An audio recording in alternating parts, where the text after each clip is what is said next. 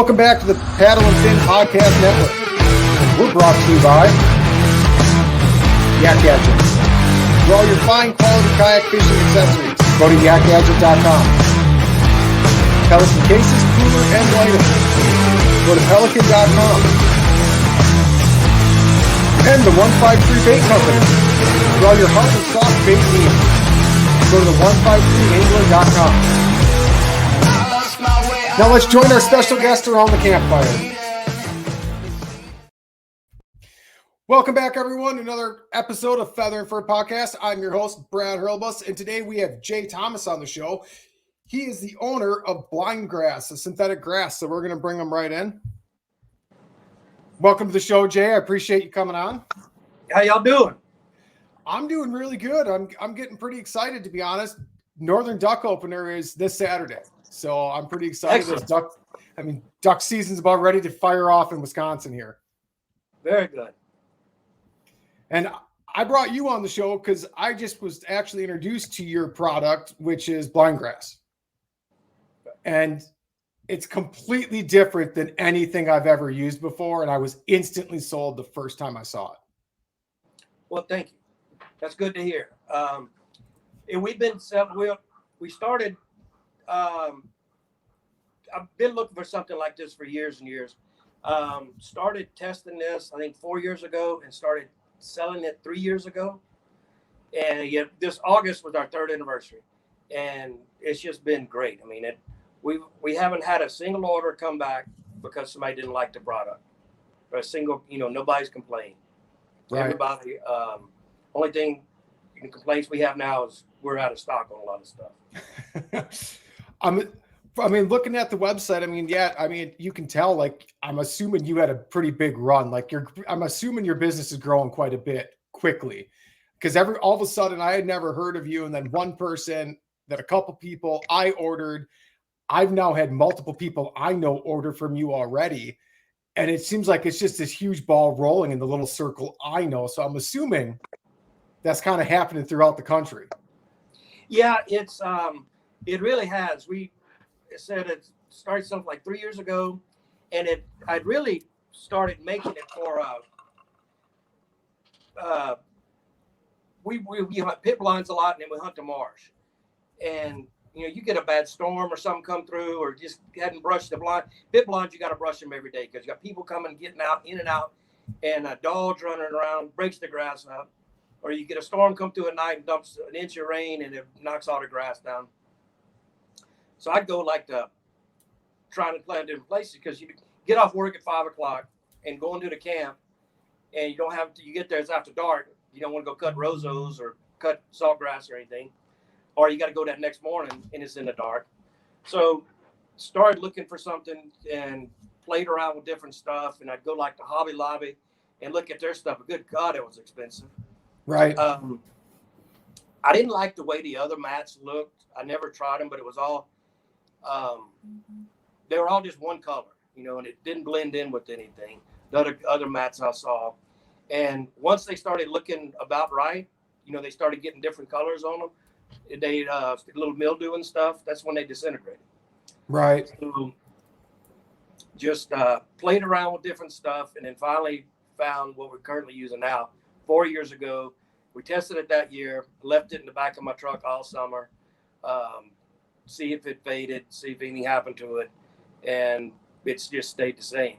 And now we got people been using for 3 years, and they send me pictures saying, you can't tell the difference between this and what I got last week. That says a lot right there. It almost might get bad for business as word gets out. You're not going to have any repeat customers. Yeah, that's that is going to hurt. Because I'm not sure not sure how long it's really going to last. We rate it for 5 years if you leave it out all the time. Sure. But we have, last I looked, I think it's 1 in 4 people, if they bought one time, they rebought. They purchased again. And I don't know, it's like people get addicted to brushing their blinds now that they don't, and they'll just brush their boats and send pictures, and it's great because they'll order, and then their friends order, they order for their friends, and it's just taken off like crazy. I was looking for, because I'm a big kayak hunter. I got a big boat as well. But like for the kayak, I don't want a grass that holds water because I'm already in the water. It's a light boat. I'm paddling it, or I have a really small mud motor for it, and weight is my enemy. So I wanted a grass or a blind material that was synthetic that didn't take water up. And as far as I can tell, you're the only one on the market. Yeah, and that's something I didn't think about. I didn't think about all the people that have hunt with boat blinds, and it's just a kajillion people that hunt boat blinds. And when we first started selling it that first year, and then I'd start getting messages or calls from people up north saying, man, this stuff it doesn't hold water. When it freezes, it doesn't add a bunch of weight. It doesn't get waterlogged and heavy. It doesn't freeze and break like the other stuff. And it doesn't mildew, doesn't rot, and it's going to last. You know, I've got people that drive 3 hours to get to the blind and get to the boat launch, which is crazy to me.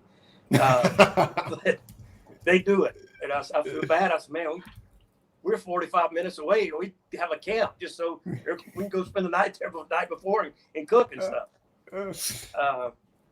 But yeah, the boat blinds have really taken off with us. I mean, that's where I stumbled into it. And we don't do much for pit blinds in Wisconsin. I don't even think they're legal on private land. I've never looked into it because I don't even own the land to do it. But I'm not even 100% sure they're even legal on private land in Wisconsin. So like that's never an application. But as soon as I saw it, I'm like, for the kayak, for the big boat, like you said, it's not going to freeze. It's not, I mean, you'll have a little water splash freeze on it, but it's not going to soak up a bunch of water when you try to put your blind down. If you're in that freezing rain and then it switches to snow and now all of a sudden it's 25 degrees out. I mean, I've had it before where my blind is like, you can't collapse it because it's a frozen solid sheet of fake grass. Well, it's not even fake grass. It's real grass that's just all tied to my boat. Yeah, that's what I kept hearing from people. It's like, man, it's that other grass, you get it and it's like a death trap. Yeah. When you travel down the water and you got so much extra weight on you, especially if it's frozen, then it's going to break. Right. I mean, you're going to have to redo it. I mean, just the weight alone. I mean, I remember one hunt, I was hunting the Horicon Marsh and we were breaking ice the whole way out. We got the blind set up. By the time we left, we had so much weight from ice. I almost couldn't get my boat on plane. I had to go around in a half circle to get the boat, to hop up on plane. It was so heavy by the time everything was done. Wow. And we don't have that much problem around like that around here. It's supposed to get down in the 50s Wednesday night, I think. And everybody here is just playing gumbo because it's going to be so cold. Down to 50s. And then you're out of Louisiana, correct? Right. Yeah, out of Lafayette, Louisiana. All right. So we're down by the coast a little bit. Very nice. I know we talked briefly and you lucked out and the hurricane kind of skirted you. You didn't have too much damage or anything. Yeah, we got really lucky with that. It looked like it was coming more towards us. It took that eastern turn and went up there, but man, those people there just got demolished. I mean, it's Grand Isle, where we go fish a lot down the coast. They said Saturday it's still 3 to 6 months before they get electricity. That's crazy. I can't imagine being without power for that long. Oh, there's still houses on the roads there. I saw where one of the big boats, offshore boats for oil and gas companies in Port Fourchon. Port Fourchon is where United States 25% of our energy comes through Port Fourchon, and that's where Item made landfall right there. So all right, it's gonna be hurting for a while. But they recorded one of the big service boats there recorded a wind of 223 miles an hour. That's crazy. I can't even fathom. And it's a gust out, but I mean the sustained winds on a hurricane are what blow my mind. I mean, we get tornadoes up here, which is a completely different animal, but I can't imagine that type of sustained wind over a period of time because things just are going to fail. Like they're not. I mean, even if you build it for better building materials and everything else, right? But that much sustained wind is going to stress and test, and things are just going to fail. Yeah, it's awful. I mean, we got hit. Lake Charles got hit twice last year, and Grand Isle, Fouchon, New Orleans, everybody else got hit with this one. So it's just rough. I mean, this one went all the way up the East Coast. So it was just a bad deal. And I'm hoping we're through with them for the year. Yeah, hopefully that season's over. That's for sure. So why don't you tell us about, I mean, for everyone listening, because we've been talking about like what this amazing product is. We haven't told anybody what we're actually talking about yet. Well, the website is blindgrass.com, which I was surprised that I could get that name, when we started looking at it a few years ago. And it's a synthetic grass. We make it in 2 different mat sizes.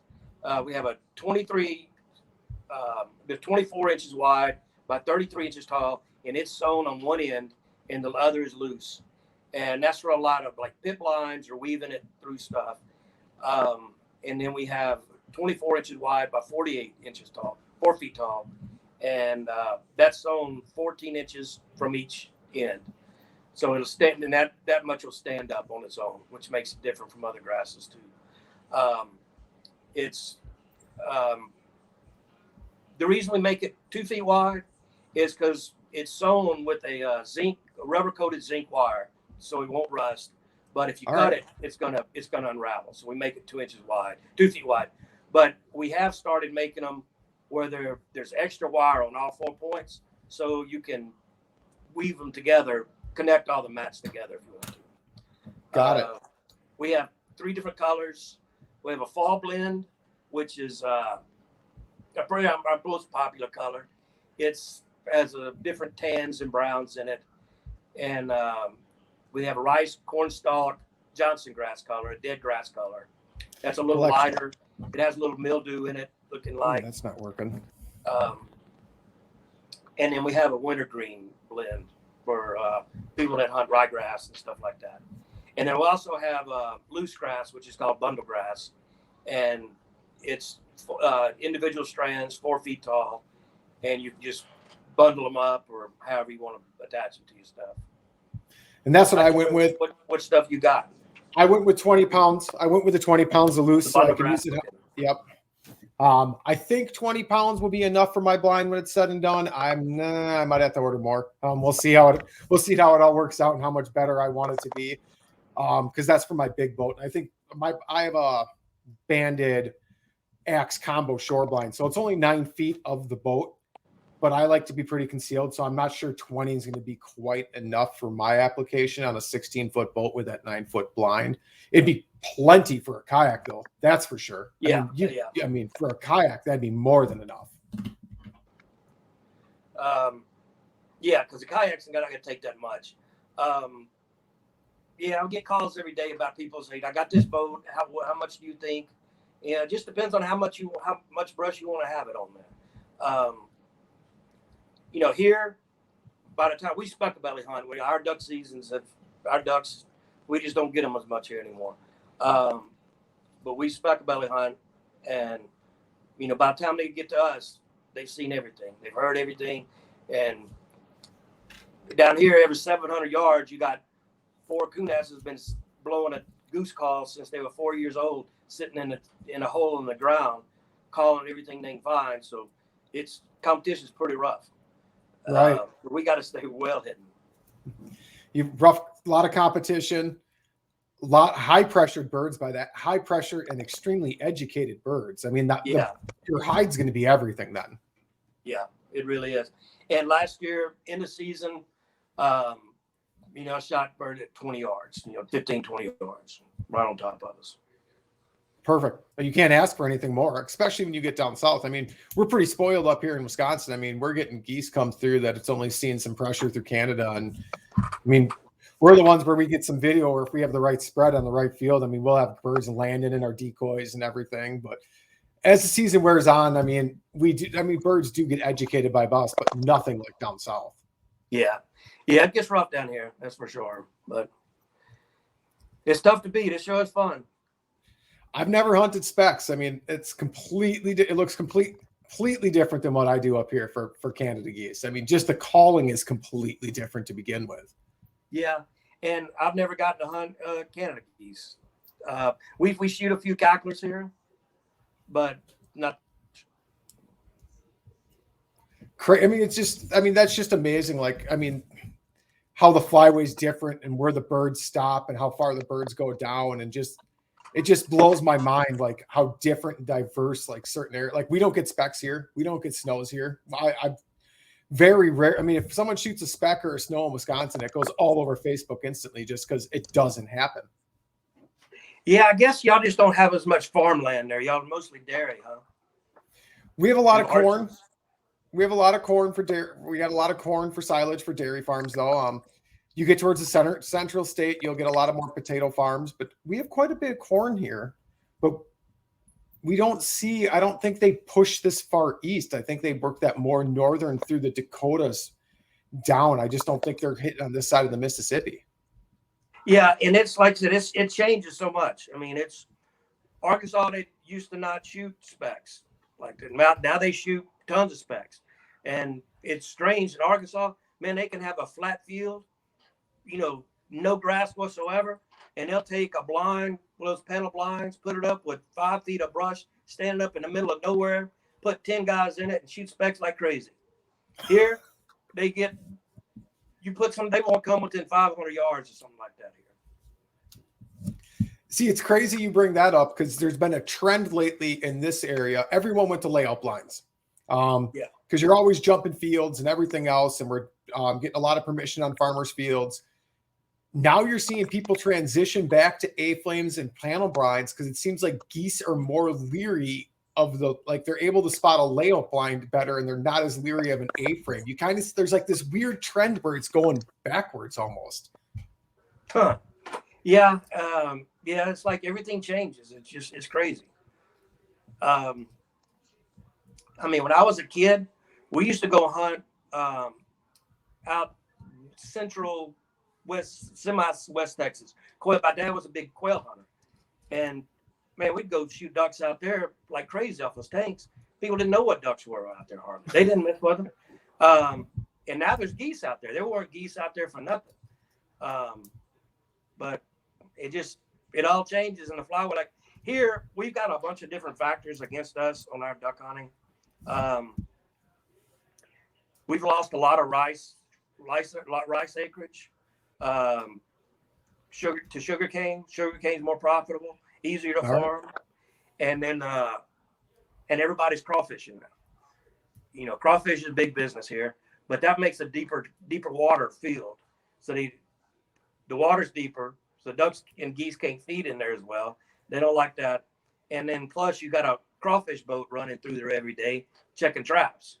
Sure. And plus they used to use these push boats. Well, a lot of them still do. Now some of them are going to airboats to check their traps. So that sounds like a 747 running through there. Right. So and then plus we lost White Lake was a big refuge. Is Amoco used to have it. Amoco was before BP. And it's this huge place down south of Gaydon where we hunt. Kind of central South Louisiana on the coast. And just marsh and rice, and just a phenomenal place to hunt. And BP worked out a deal with the state a few years ago where they donated to the state to kind of work out a deal. And how everything goes in politics, the state just runs it to the ground. Water's too deep there. They don't maintain the levees. But Ducks Unlimited is starting to put some money into it. So hopefully that's going to help. But that's really hurt us. Not as many ducks coming in winter there anymore. Sure, just not the right habitat. Habitat's everything. I mean, yeah, and that kind of is what directs what traffic goes where as well. And if you don't have habitat, that goes for ducks, that goes for the breeding, that goes for the wintering, the feeding, goes for all your upland game birds. I mean, habitat really is the key to all of it. Oh, for sure, because if you don't have it, they ain't coming. Right. If they come, they're gonna turn around and go somewhere else. And that's just it, right? I mean, ducks migrate, but if they're flying through and they don't find what they like, they'll just keep moving. They'll figure out where to go. Yeah, I mean, and they've done some study where they'll have, and birds are getting nocturnal too. Man, I was talking to a guy at Ducks Unlimited a few weeks ago at a convention, And he said biologists had a deal where they had a bird. I can't remember what kind it was, but it would be in central Louisiana, fly down to a rice field and feed every night, and then go back to the refuge over 100 miles every day. Just sit there in the refuge all day, and then some of them are here just go down, sit out in the Gulf all day. Go to the rice field to feed at night and go sit in the Gulf. You know, that doesn't surprise me at all, because around the refuges on the Mississippi River, you get to see that trend. Whereas the birds will go out at night and feed, and as soon as the boats come out in the morning, they'll bump all the birds. They'll fly right back to that safe refuge, and they will sit there until evening. Oh, yeah. Yeah, it's like everything. They get smart. They do. I mean, it's always funny. People used to joke around and be like, oh, we're just doing them a favor because if they're decoying to a plastic silhouette that they deserve. And it's like, man, they got smart, though. I mean, decoys have gotten better. Blinds have gotten better. You have to do far more homework to get your scouting in and everything else. I mean, it's not as easy as it was for me 10, 15 years ago. That's for sure. Oh, yeah. I had a girl one time. She was trying to give me hell about duck hunting. And so that can't be that hard. They coming into those fake ducks like that. I said, well, you ever seen a big building and you thought it was a mall and you started to pull in? That's about the same thing. I'm sure if you do that. Oh, that's awesome. That's a great analogy right there. Yeah. Yeah, but it's tricky. I mean, like for you with the pressure, and as our season wears on, if we don't, I mean, we'll get good pushes of birds that keep coming through here because they don't stop here. But there's been plenty of times I've seen great pushes of, like, we'll get a good cold front come through and it's like all the birds move through at night. Like one day we have birds and the next day they're all gone. It's like, what just happened here? Like, this was a good cold front. They just took that north wind and they skipped Wisconsin and headed right through Illinois. Yeah. Yeah. It's crazy how much they can move like that. And you never know when it's going to happen. You never know, it's going to be before the front, after the front, catch that north wind. What are they going to do? It's like our teal here. We were having a great teal season. All of a sudden, they just got stale, man. It got tough last weekend, but we got a front coming through Wednesday, and everybody will be out Wednesday. No people be calling in sick all for Wednesday for sure. It's the teal flu. I like it. Yeah. So how long is where we hunt is right there in Gaydon, which is about 50 minutes southwest of Lafayette. And it's just a hunting community. I mean, everything. It's all rice fields. And, I mean, you get up at, 5:30 in the morning, and every truck you see is pulling it side by side. All right. It's a strange place. I mean, everybody there comes to hunt. And we have several places like that here. We have Pecan Island down in the marsh, Hackberry in the marsh, Lake Charles, and all from here, pretty much from Gaydon west is pretty much rice or marsh. So I've never hunted rice. I've never even honestly seen a rice field. Like, how deep is it? Like, you're using a side-by-side, so I'm assuming it's not that deep then. For ducks and geese, we pretty much like it about 4 inches, just enough to float a decoy. Way shallower than I would have anticipated. Yeah, I mean, a crawfish. If you got a crawfish field, it's going to be 18 inches or to 2 feet, which we don't want. All right. Because those geese like to stand up. Got it. So like my spot this year, I'm not even flooding it for ducks because the duck report is so bad. We're going to disc the fields and then just hold up rainwater. Because that's what's best for spackabouters for geese. It's just a muddy field. Muddy field, that's all they want, and they'll pick through the grain that's left and everything else and mix. I mean, that's real similar to what like the Canada is up here, because I mean they're going into cornfields that are either chopped or combined for silage, and they're just used to picking through all that scrap, and they'll go in disc fields, they'll go in fields that just had fresh manure spread on them, they'll go through all of that.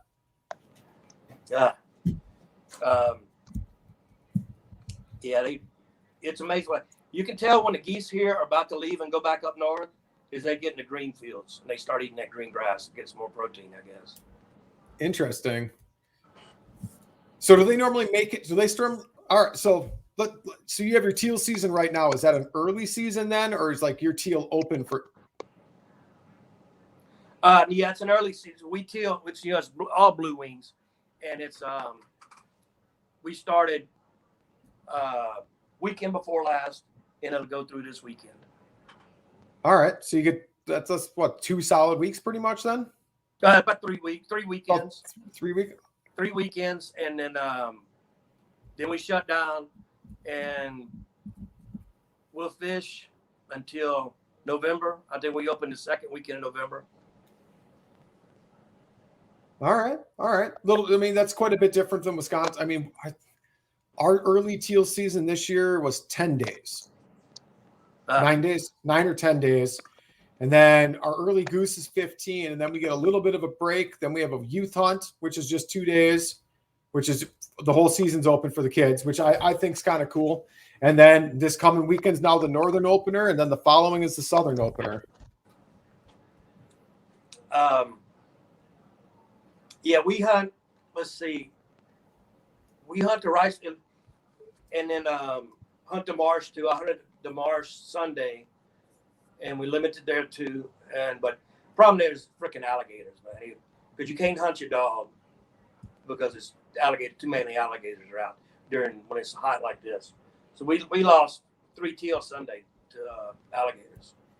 Great. Oh, that's something I never even considered. Like, there's no, like, I don't know, being a Wisconsin boy, I don't know, man, if I could be hunting around gators. I was fishing in Florida, man, and they had me enough worried the way it was, and I was in a kayak at least. Yeah, when you're in a kayak, you feel kind of small when a big gator comes up beside you. Oh, no, they're not going to mess with you. I've done that before. You go, God, I don't like this so much. I was sitting there talking to one of the park guys down there, and he goes, "Oh, they'll just swim away from you." I'm like, "Man, that thing looked like the size of my kayak. All it takes is a tail slap to knock me in the water." Yeah, for sure. Yeah, he may not want you, but he can knock you out that kayak. Then he may decide, "Well, I may want him now." Yeah, he looks a little tasty now. Yeah. Now he's not as big and high off the water. Yeah. So, do you need like a good frost before the gators just go? Do they hibernate, I'm assuming? Yeah, and they once you get down in the 40s and the water temperature gets down, they won't be as active. They won't be feeding like that. They may still be around, but you don't really have to worry about them. Got it. And we'll see them pretty much all winter because we have a lot of days it gets up 80 degrees. And then they'll start moving around a little bit, do some feeding. Yeah. But the water temperature is still low, so they don't really bother you that bad. Interesting. So as the season progresses and the water temperature drops, do you start using dogs down there then? Yeah. All right. Yeah.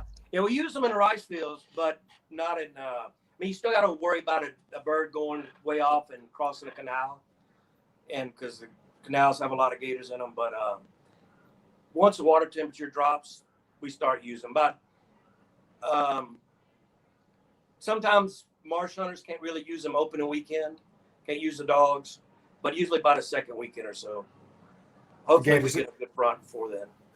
Got it. So you just kind of got to watch the weather, watch the water temps, kind of see what the gators are doing before you bring your dogs out, which is something I don't have to deal with at all. But then again, come late season, my concern now that becomes for the dog is ice, because I don't like running the dog when there's ice. Yeah, I can imagine. Because especially we've had ice a few times where it got thick on it. It's scary for a dog. The problem gets to be it gets too, like, especially if you're hunting from shore over water, the ice will be thick enough to support the dog until it hits thin ice, and then it breaks through. And now the dog a lot of times can't claw its way back out. So now you're trying to get out there to rescue your dog because the dog's in the water, the dog's going to freeze, and the ice isn't strong enough to support you either. So you're going to have to just break ice and get out there and get your dog. It turns into a real bad scenario. So once we get ice that I can't just stomp out like the first, like, whatever little bit from shore, like if there's ice strong enough to support the dog that I know is going to break out, it's no longer dog season's over for me at that point for dogs. Yeah, we lose too many. I mean, dogs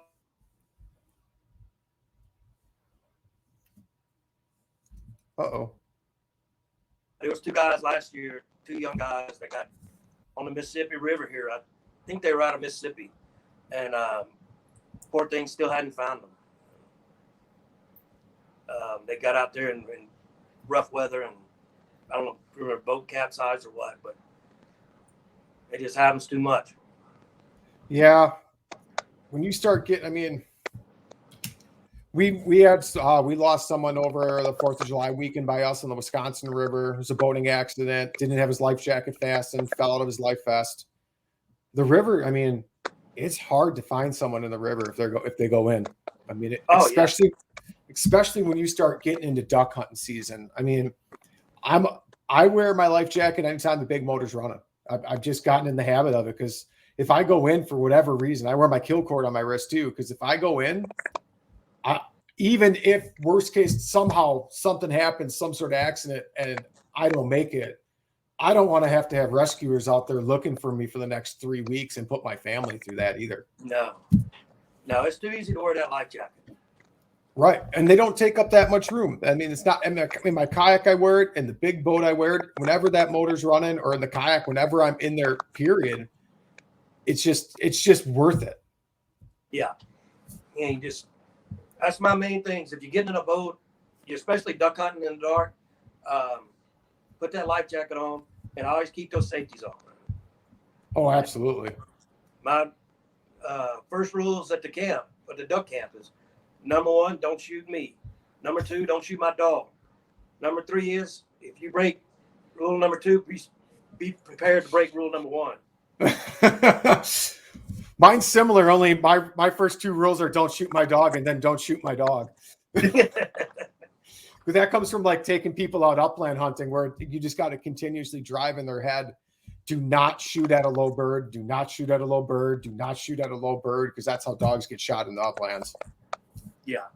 And especially in pit blinds, because everybody's low. And so no matter how well a dog trained is, I say, tie those dogs up. Right. Don't let them, because any dog can break. I mean, Mine even breaks all the time, except I keep her tied up. Even the greatest dog's occasionally going to break, right? Even like the high-end dogs are. And then if you get a dog that can make for an interestingly dangerous situation, because if you have an extremely steady dog, and then it does break that one time, and you got a guy that doesn't even think that dog would break, and now the dog's out there, like that instantly became a super dangerous situation because it's so rare. Yeah. Mine, I had one of our teal hunts, we were just hunting off a levee, and I had a 1x2 jammed down the levee. It hammered down real low, and my dog, she broke that 1x2. Teal came and lit, and luckily nobody shot. But funny thing about the dog on that grass, last year we had they're not cow panels, they're like the panels, those wire panels people use for laying concrete. Okay. And they're real light, they're wire panels, and then we put our grass mats on top of those. Wire, zip tie them on there and stand it up. And as smart as my dog is, she ran through that grass mats twice last year, that wire, and knocked them down. So that's how realistic that grass was looking. So I know you have the mats and I know you have the loose. I went with the loose. You've grassed a ton of pit blinds and everything else. What do you find is the best way to utilize it? Like with your mats that are sewn on the bottom and loose at the top, I'm assuming you're working them up with the loose going up and you're not hanging it down. Yeah. On the 30-inch tall mats, we put them on like wire panels that go on the pit blind, and just kind of weave them up through the wire. But a lot of people are using the bundle grass for that now too, because you can just bundle it up and put it wherever you want it. It's really good for like breaking up straight lines. That's one of the hunter's worst parts, is the straight line. Like, you got to break that up and make it look real. And also that the holes in the blind from up top, the black holes, that's a good thing for bundle grass. You can use that to cover up those holes. Sure.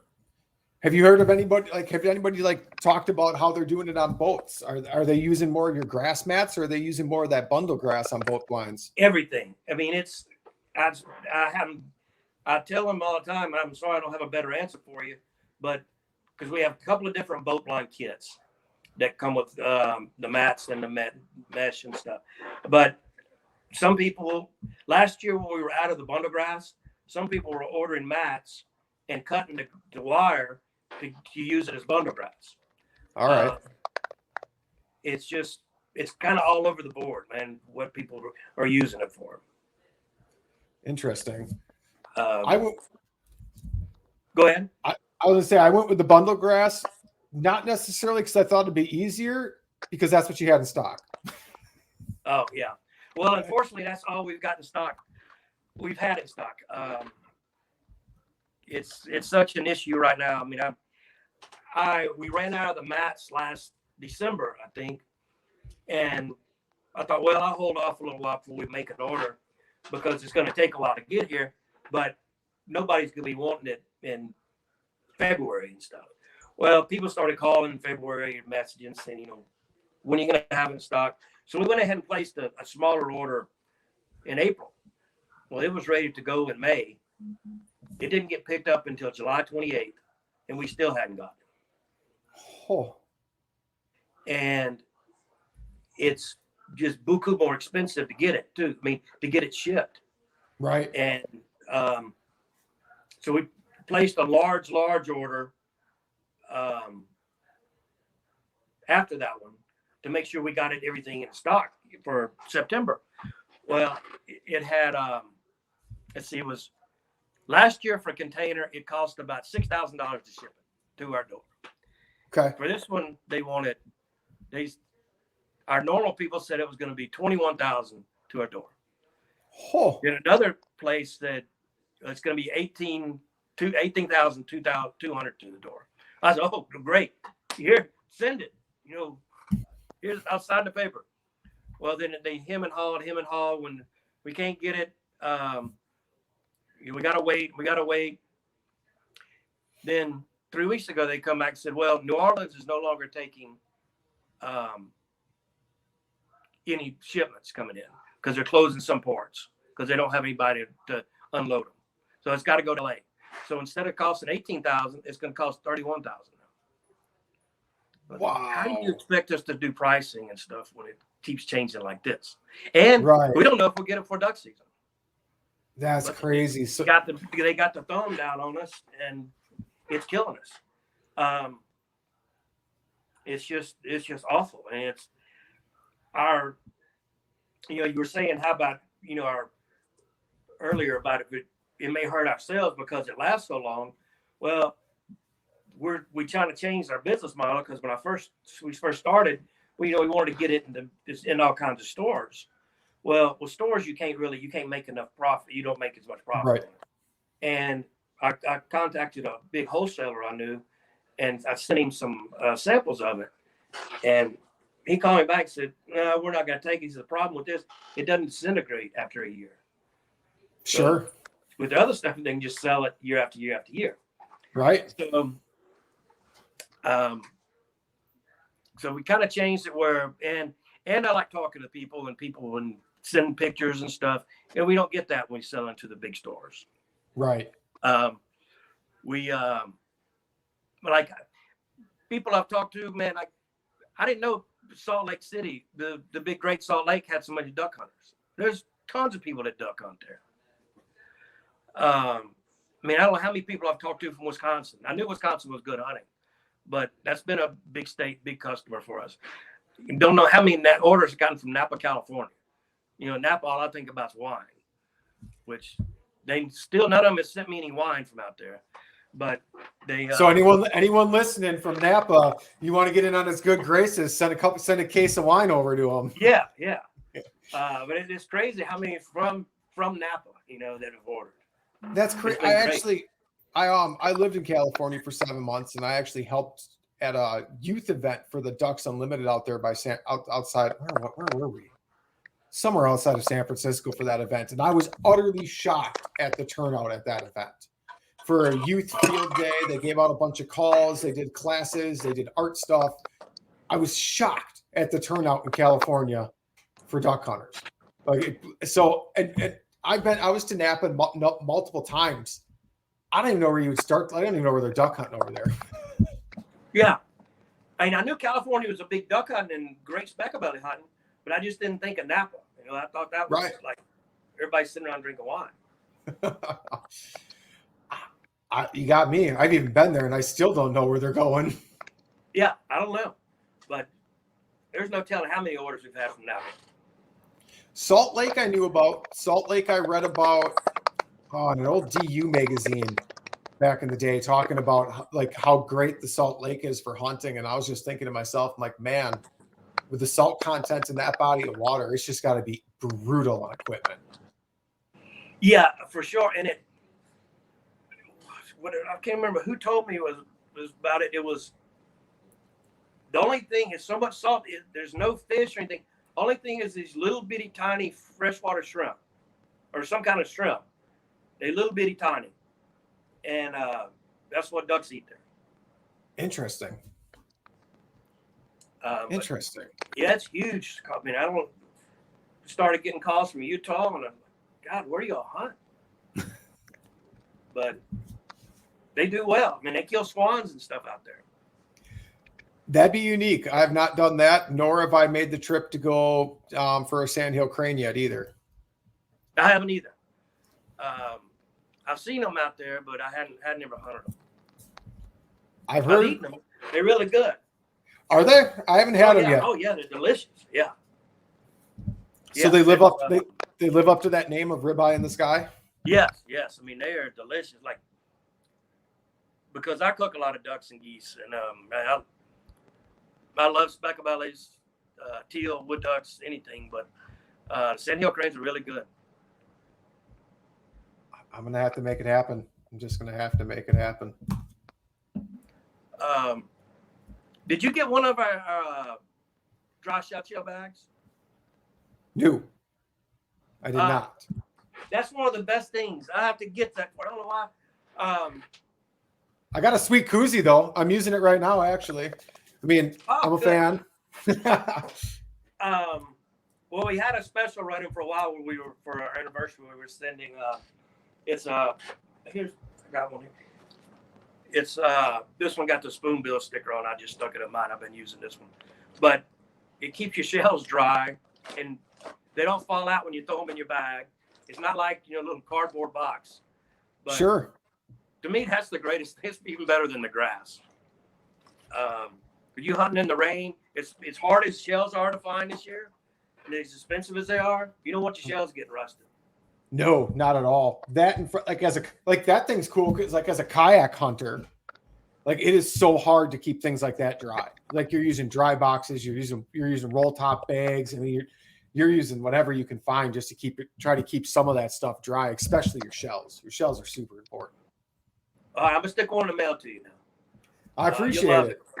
In fact, Ducks Unlimited magazine did a little feature. They put it in their new gear guide a couple of months ago, but they were gonna put they do something on our grass. And I said, God, we don't have any stock right now. Can't. No sense in advertising for it. Right. I mean, the advertising would be show it next year. Like save that, keep that one in your hip pocket till next year, and you can do your new product spotlight on my grass next year. But this year, I got this sweet little waterproof bag for you. This was the year we're supposed to make money, though. We're supposed to come out right. God, please, it's killing us right now. You're shipping. You're not alone. I mean, in my industry, I'm in the waterworks industry. Like shipping, like for all of our import fittings and that, it's just so hard to come by. I have product on orders from February still that I'm probably not going to see until 2022. Wow. Yeah, I tried to order a new shotgun from Browning and a new A5, and I emailed them back a few weeks ago. And I said, "You have any idea when it's going to ship?" And they said, "Next year, sometime next year." And it's sometime. They can't even give you an exact. It's spring, maybe. Yeah. And I'm telling these people, these shipping people, I said, when is, this going to be, can you tell me, will I have this before duck season to ship out these people? Because we're getting so many calls each day and emails and stuff. People say, when's it coming in? And I can't guarantee anything. Right. It's just so frustrating. It's just crazy times we're in right now. I don't know what we're going to do. It's just going to have to get out and shoot some ducks and geese. Yeah. Yeah. I mean, unfortunately, like shipping and that's just one of those things you can try to control it, but you can't. Like it's bad when a company the size of Home Depot buys their own container ship. Yeah. Oh, yeah. A friend of mine I was hunting with this weekend, he was out in California doing something, and he said he flew out of John Wayne Airport, and I guess they went over the Pacific. He said just the container ships out there was crazy, just sitting there out the port. I don't know. I have no idea. I know it's bad. I know there's a traffic jam out there. The only thing I can guess is it comes back to a labor issue. And if you've tried to hire anybody recently, you know how hard it is to find anyone just to hire. It's crazy. Yeah, I know. But I don't understand now that the extended unemployment, why right. That's out. So surely people got to get back out to work sometime. I don't know if I don't see how all these different. I don't get it. I don't get if they're still not from that. If they're somehow all these industries created more jobs because of a boom, and there's just a complete lack of people for the workforce. I have no idea. Like it makes no sense to me how it's so hard to find. I don't even need someone that's got any type of industry experience at this point. We're just willing to train, and we can't find someone that's even willing to apply. Wow. And I know a lot of our manufacturers are having the same thing because they're so far behind. They want to start second shifts, and they're like, we can barely staff our first shift, let alone try to start a second shift up now. Yeah, and it's the shotgun shells is going to be so hard to find.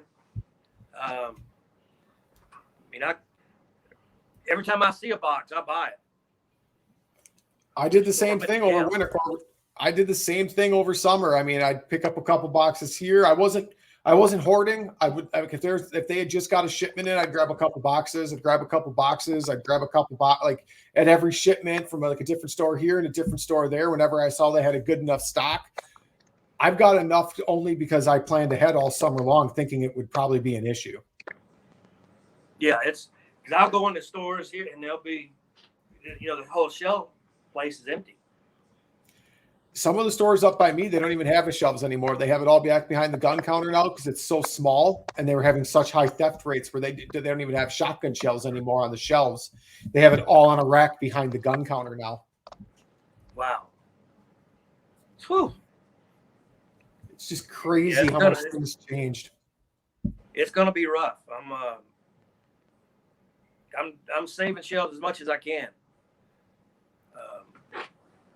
We don't always take good shots, but really make sure send that dog.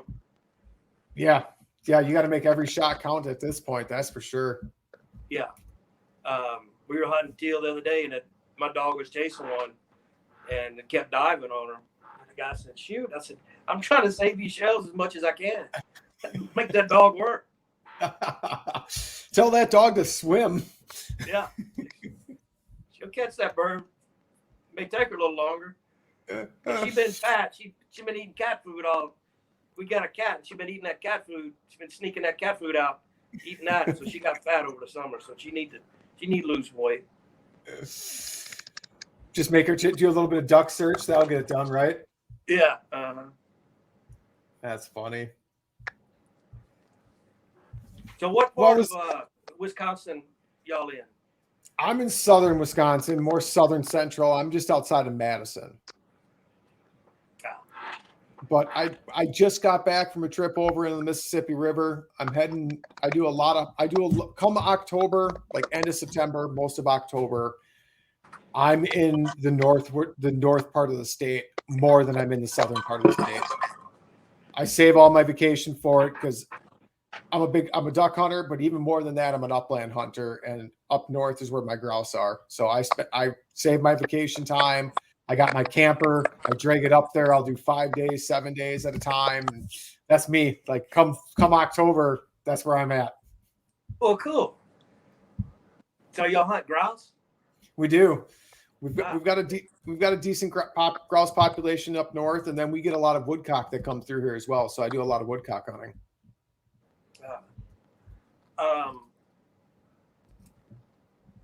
Yeah, I didn't know Wisconsin was.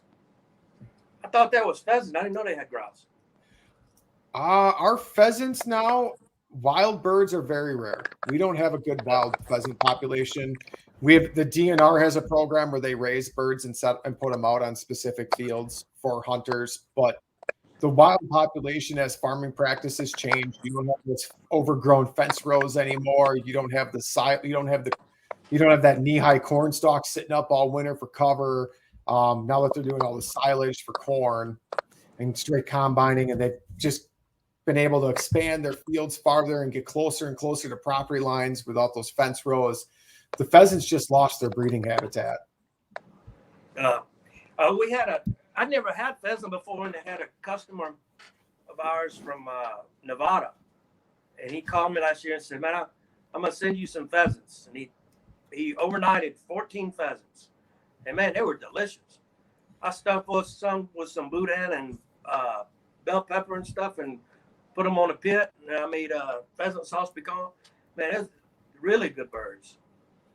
Pheasant's a good eating bird. Pheasant's right up there. Like I really like grouse. That's also it's not as white as chicken. You got that like little bit of pink to it, just like pheasant, but it's not a red meat at all. It's definitely a white meat. Grouse is real similar. Huh. Yeah, I've never had grouse either. I tell you, I'd send you a couple, but them things are so hard to hit. I'm lucky if I get a couple. I'll be honest on those birds, man. I've never claimed to be like this amazing. Like I'll put birds up. My dog does great on it, but them little birds, they're smaller than a pheasant. The cover you're in, I can't count how many pine trees and elders have jumped in the way to save a grouse's life. Yeah, every time picture I've seen of grouse hunting, it's in heavy cover like that. So I would be willing to bet I maybe harvest 1 out of 30 I move. Really? Yeah. Wow. I know guys that do way better than me, and I'm pretty selective on my shots only because I don't think I'm going to hit them. So I don't take it unless it's a clean shot, but I've seen guys take shots and drop birds that I'm just like, man, I can't believe you shot through that much foliage and took that bird. So maybe I'm pretty selective, but it is not an easy bird. Wow. Yeah, I've never, I've hunted woodcock. Well, we hadn't really hunted. We used to quail hunt so much, and we'd run some woodcock every once in a while. Sure. But nothing close to a grouse. Woodcock is pretty, like when it comes to terms of hunting though, woodcock's similar because you're in that thicker cover. Woodcock's a more wet or moist soil compared to like the grouse, which you're working different like age cuts, like a pine transition to like poplar or like just different transitions, but like that 15-year-old forest where it's still thick enough where you'll walk out bloody. Now, what type of use setters or pointers for those? I started my upland hunting with a lab. He did phenomenal. He was great. I have now switched to a wired hair, so I'm to a pointer.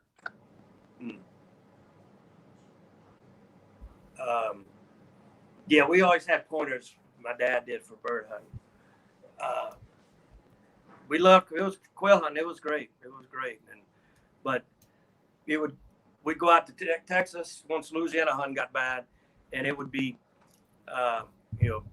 spend all this money, go out there and set up camp and drag a trailer out there, and it made opening day you may shoot 2 birds and drag it all the way back. But then if they got some rain next spring, it'd be birds all over the place. But we didn't get that. we didn't get too many good years out there. Lately, they've been having some good years.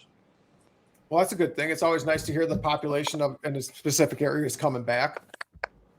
Yeah, it's really crazy how quick the quail population can come back if they get a wet spring. Sure, you just need that breeding habitat. Yeah, it just Louisiana here. We don't have any habitat anymore. And that's kind of the same for Wisconsin. We just don't have that pheasant habitat anymore, other than the DNRs managing and putting out birds on. And even that habitat doesn't have enough winter cover, and definitely doesn't have enough spring breeding cover. Well,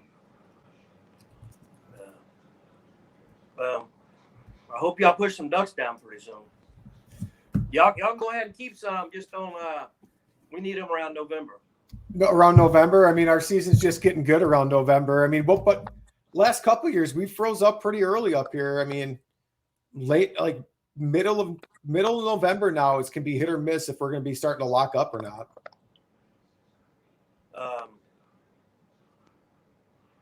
Yeah, we start. I think the second weekend in November, and we go through the end of January. Then our speckle season goes. We got another week into February, I think. So that's quite a bit different, because we're done like by the beginning of December. So you'll come try to shoot a speckle belly. Come on down. I'm going to keep that in mind. Absolutely. That's definitely on the list for sure. I've never hunted rice fields or specks, so that's killed two birds with one stone kind of deal for me. Oh yeah. I mean, he's got the camp is it's a camp. You got places to sleep and eat. My wife doesn't like it. She says it's not nice enough. Well, it's nice enough for us. I'm used to doing grouse. The 12th year grouse camp's coming up, and we do that in my camper. So now my camper's not too shabby. Don't get me wrong, but I mean, you're still camping. Yeah. Yeah, I've been in far worse, man. We used to stay in some motels out in Texas, those Indian motels, not the other Indians. They had hotels out there, not the Native American Indians. And there's some, those dead oil field towns. There's some bad motels out there. But they're cheap, right? So it makes it worth it ish. Oh yeah, yeah. That was all the choices we had. Amazing. Crazy the stories you can find from hunters. Oh yeah. It's it's been crazy. You get hunters together, and that's another thing. You would think we'd have one complaint about something, somebody didn't like something, but the understanding people have had, I'm starting to get a couple of people call and say, can you refund? If it hadn't shipped, go ahead and refund, because we're starting up. But right. Which I certainly understand. Other people, like Rogers Sporting Goods, they still had some stock from last year, because they didn't really advertise they had it. They still had some from last year. So a few weeks ago, I started alerting the people that wanted that size mat. I knew their season were coming up. We emailed everybody. It's like, if you want to buy it from them, we'll cancel your order. You go buy it from them. And not a one canceled their order. They said, several of them said, I'm going to buy from them, but I'm going to keep my order with you. That's awesome. Yeah, it's been amazing the way people are. That's really good. I mean, you're being upfront with people. You're not lying about lead times. You're not saying, oh, it's going to ship in a week. Week comes. Oh, it's going to be another week. I mean, you're being upfront with them, and you're like, hey, I'm doing everything I can to get it here, but I don't even know when it's coming. Yeah, I mean, I had told them last April, I said, I think June. And then June turned into July, and July turned into August. Now it's September. And right. So all we've got now is the rice cornstalk bundlegrass, and people are ordering it, but it's starting to run low itself. So you're saying if I want to order another 20 pounds, I better get on it pretty quick. Yeah, I would. We've got the small shipments coming in, and they moved it off the ship into a warehouse. Now they're trying to get it on a truck or train or something, or a plane or automobile. but I don't have a guaranteed date when we're gonna get it. The one I'm worried about is the big order coming in, and I don't want to be sitting on it in December, especially after paying all this money to have it shipped. Right. Yeah, that's a whole nother concern. I mean, sitting on inventory that's not going to sell because you got it so late in the season. It's not like you can just send it back to your vendor and be like, "Oh, you missed your deadline." That it doesn't work that way. No, and our people in China are saying, when are you gonna get this out of our warehouse? Because it's taking up that's a lot of boxes, and they're big, heavy boxes. Like, I'm doing everything I can. Trust me. Hey, you get it on. You find a container that can get it here for a good price. Yeah. I'll move it that day. Like you figure, especially one that's not going to change $10,000, $12,000 every week. Right. You get me some shipping. I'll take that right now. I'll take more. Yeah, for sure. Because it's a headache. My wife came in the office the other day, and I was sitting there like this. She said, "What are you doing?" I said, "I'm just trying not to cry right now." Yeah, it's nuts how much the industries revolve around shipping, and with what's happening with shipping, it's just changing everything. Yeah, it's I'd never heard of the Suez Canal. I don't think before this year. Right. People else got stuck in there, and that put everything behind. And now it's like the ports are all like, I've told people it's like you get that person that hadn't worked their dog before, and they hadn't backed up their boat trailer before, and they get out there opening day, and the lad gets out the truck, he's running around. They're trying to back up their boat trailer, hadn't put anything in their boat, got the whole boat ramp blocked up. That's kind of what everything is right now. That's a really good statement for it all. You're right. I mean, it's like the whole shipping industry is like just one big jumbled mess, and they're so far behind they don't even know where to start to get their way out of it. Yeah. I don't know. I wish we'd get out of it, but I don't know when it's going to be. Like, I don't know. Like, around here, you pass a car lot, a truck, a place that sells vehicles. They don't have any trucks on the lot. Right. It's every single industry is affected. And I think that's part of what's probably helping people be somewhat understanding. It's like, you can't just go anywhere and get what you like. You go out, you can't find shotgun shells. You're waiting on your shipments. I mean, Ford's waiting on microchips for their computers. I mean, it's just every single industry is affected somehow by this right now. I know. It's just awful. It's awful. And people ask me, why don't you have it made here? Well, I would love to have it made here, but these mats are hand sewn. And you find me that somebody that wants to sit there and hand sew these mats every day, but I don't have to pay them $80 an hour. Right. Because I hadn't found anybody that wants to sit there and sew these little mats up all day. And so those mats, are those your bundle grass sewn together? Is that how you create your mats on? Is it the same grass? Yeah, it's the same grass. Got it. Yeah, it's all the same grass. It's just the mats are, I think the short mats, I think those are like 65-inch strands that are doubled and sewn on one end. And then the 4-foot tall mats are just the regular bundle grass that are sewn together. Got it. And like you had mentioned quickly, like you have 3 different colors. The rice and corn stalk is what I picked up. How much different is the fall blend? Because it's kind of hard to tell on your website, like just how different those 2 colors really are. Yeah, it's the pictures are a little harder. The fall blend has a little darker colors, a little more brown. Okay.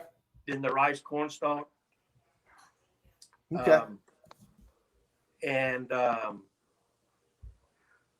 the rice corn stalk, it's more like, I love y'all have Johnson grass up there. But it's just like a dead grass look color. Right. Yeah. Kind and of cream color with mildew on it. Right. And I think it actually reminds me a lot of like fall dead reeds is what it really reminds me of as well. Yeah. But the strange thing is a lot of people that hunt cattails they want the fall blend.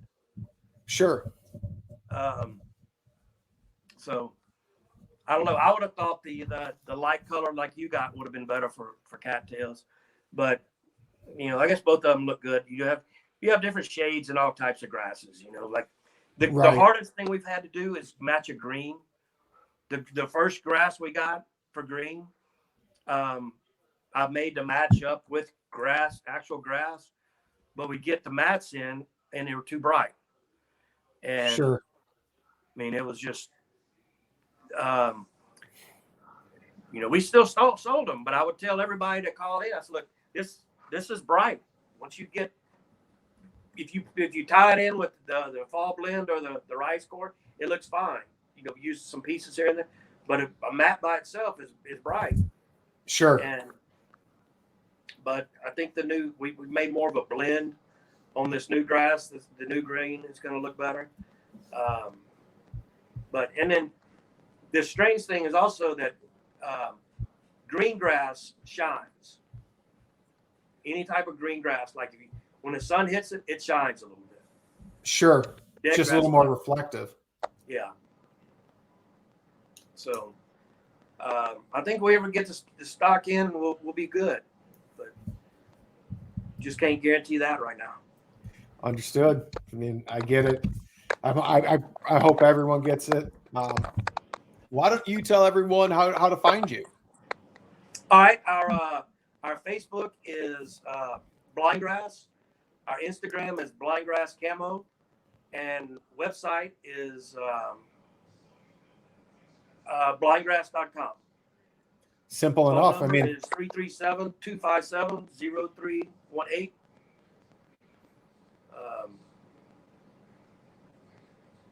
I think those are all the things we got. Yeah. I mean, your shipping was quick. I mean, I obviously purchased something that you had in stock, but I mean, the shipping was quick, and you got it out right after that hurricane, and I had it in days. Like, it was like perfect. Like, it was amazing. Well, good. I'm glad you liked it. I do. I got to get some camo netting on the blind, and then I'll get that grass all grassed in, and we'll see. I might be ordering another 20 pounds. I got to see how far 20 goes on my boat. Yeah, it'll go. What I tell most people, if you use it, I guess your boat may be different, but if you use it lengthwise, 8 pounds will cover about 6 linear feet and 4 feet tall. That's covered pretty good coverage. Sure. But you know, some people don't need that much coverage. Like for paddle blinds, like A-frames or something, if it's got good camouflage on there, what you mostly need is to break up to straight lines and right. Just break it up so it doesn't have to be the whole thing covered. And if you're in grass, the bottom doesn't have to be covered because it's got the grass in there. What I found about those A-frames, if you use them too, you really got to cover something over the top. Sure, and that makes sense because birds are higher, right? I mean, they're not going to see that bottom. They come over and they can see that black hole. At least around here, they don't like that at all. Yep. I mean, definitely overhead. And that's one place it's so easy for people just not to pay attention to is the overhead aspect. Yeah, and it's because especially speckle bellies, man, they can get up there and they just hover right on top of the blind. And it seems like they can last there for 30 seconds and not move. And they just looking down the whole time. They look into those decoys. They looking down at that blind. They looking where that sound was coming from. And they're waiting for any little bit of movement to tell them to leave. Yeah, any movement, anything, and you hear that, and they go. And that's how it is. I mean, even Canada geese up here are the same thing. I was hunting with a buddy. He actually just got his first goose. We got him on a decent goose hunt. He got his first goose on that hunt. We're out the next morning. We had a single coming in. They was coming in from the backside, and I didn't have my blind on my boat, so we just wedged it in some reeds and broke a bunch over. I'm like, all right, it was locked up. It was coming in real nice. I'm like, get ready. And he went and took his hand and he moved it from like his thigh, like right next to him onto his shotgun. And that bird saw that little bit of movement and it was gone. I'm like, it was gone instantly. It's incredible what they can see. And then you can be out the blind walking around, messing around, and one comes right in. Doesn't care about you. They're fickle little birds. It makes it frustrating. Yeah, but it makes it fun, right? Because if it'd be too easy, I probably wouldn't want to do it. Oh yeah, for sure. I like some of the easy hunts, but yeah, the challenging ones are fun too. The challenging ones are where the memories come from. Yeah, that's for sure. And as long as you can get a few to do what you want to, right? It makes it all good. Exactly. Well, I'm going to give the next little bit to you. You can thank whoever you want to thank. Do you have any shout outs to anybody you want to? Just, man, let's keep these hurricanes away. Appreciate you having us on. But, you know, anybody can send anything to Southeast Louisiana, help those people out.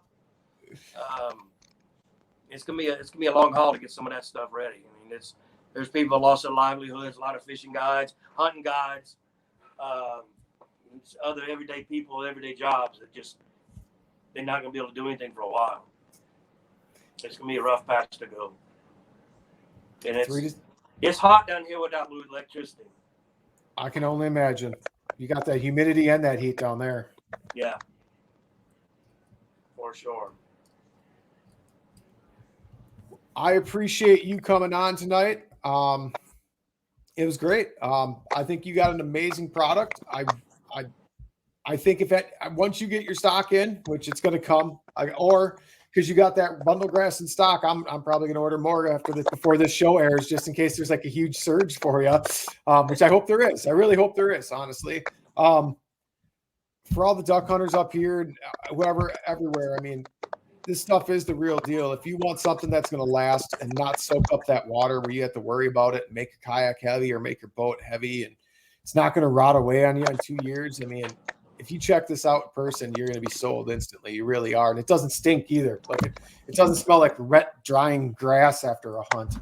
No, that's one thing I look at in pit blind. Man, you always got water in the bottom mixed with mud, and then that dead grass. Oh, it's awful. Yeah, I mean, that's just another advantage right there, not rotting away on you. No mold. You don't get that smell that goes with all that. I mean, yeah. Doesn't bother the allergies. Didn't even think about the allergy part. That's true too.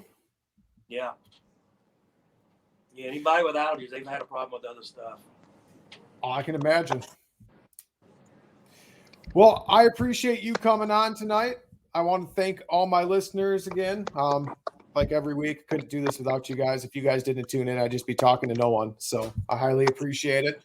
Make sure you check out blindgrass.com. Check them out on Facebook. Check them out on Instagram. He gave you all the information a little bit before. And thanks for coming on, Jay. I really appreciate it. Yeah, thanks so much. That's fun. Appreciate it. Absolutely. And everyone Sure, else. Give us a holler and come down here and shoot a speck about it.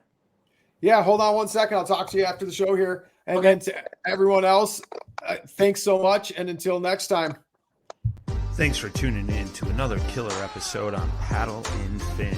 Don't forget to go check out our website at paddle_and_fin.com. Don't forget to check out the YouTube channel at Paddle and Fin. If you got a question, comment, want to hear from a future guest on a future episode, feel free to email us at paddle_and_fin@gmail.com. Don't forget to follow us on social media at Paddle and Fin on Facebook and Instagram. Shout out to our show supporters, Angler. The Angler button and app just makes for a better time on the water and creates a virtual logbook for every fishing outing out on the water. Shout out to Rocktown Adventures, located in northern Illinois, for all your kayaking, camping, and hiking needs. Shout out to Jig Masters Jigs. When in doubt, get the jig out. Go to jigmasters.com